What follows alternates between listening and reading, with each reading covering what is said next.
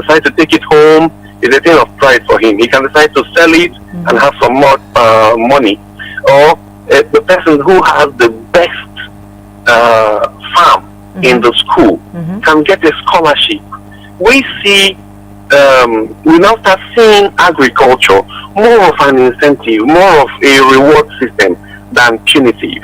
That's when you see people having interest in agriculture. We begin to glamorize agriculture. We begin to see agriculture as something that even the youth see. I'm sorry to use the word sexy. We start seeing agriculture as sexy, unlike what we see as now.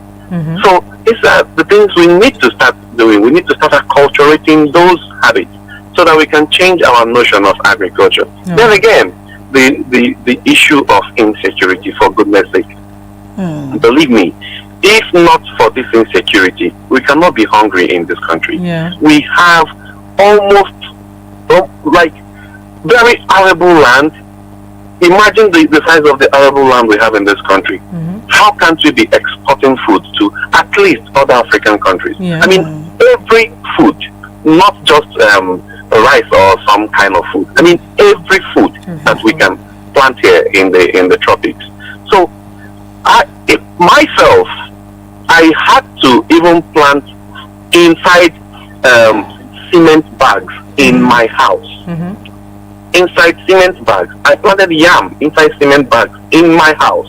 So these are the things we need to do. We have to, because when you practice agriculture, when you see things grow, when you see things being nurtured and growing under you, you feel happy. When you harvest them, you feel fulfilled as a person.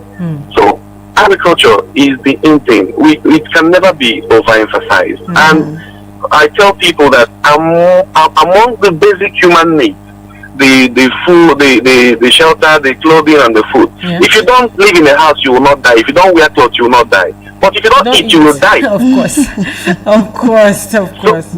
So it is the most basic among every need of man. And if we start shying away from it, we'll shy away from our existence.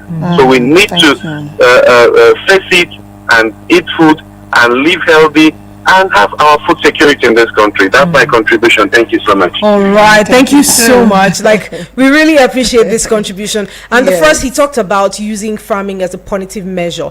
I remember then I went to a boarding school, and if you did the wrong thing, you were going to weed the farmland. Like, we have like a garden where we planted flowers and all of that in school. If you have found, and you know, that's how it is. You cannot draw your seed. Too many rules. You cannot do this. You cannot do that. If you are found doing anything like you that, go to the farmland to serve a punishment. Yes. So for that reason, a lot of people feel like, okay, farming is punishment. You see, it's a mindset that developed and eventually spread across different sectors. You know, it started from one person. It started from one school. Then I knew punishments they would give people, like you have to dig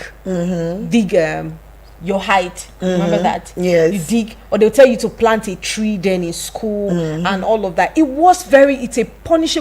It's punishment, basically, like he said. It's a punitive measure. So people don't enjoy punishments. And there's what we call PTSD, post-traumatic